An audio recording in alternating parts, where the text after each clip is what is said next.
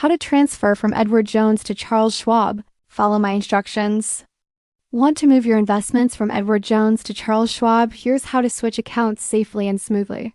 First, log into your Charles Schwab account or open the Schwab mobile app.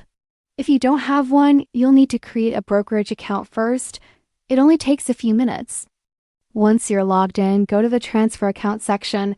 It may be under Move Money or Accounts. Choose Transfer from another brokerage, and when prompted, select Edward Jones as the firm. Now enter your Edward Jones account number. You can find this on your statement or by logging into the Edward Jones website.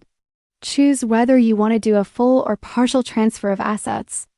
Next, e-sign the transfer request or upload any documents Schwab asks for. Transfers usually take 5 to 7 business days, but you can track the status inside your Schwab dashboard.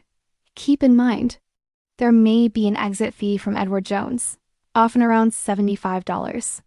Schwab may reimburse it. Check their transfer bonus or promotion page. Once your transfer is complete, your investments will appear in your Schwab account, and you can manage or sell them there. That's how you transfer from Edward Jones to Charles Schwab, and fast and easy. Thanks for watching.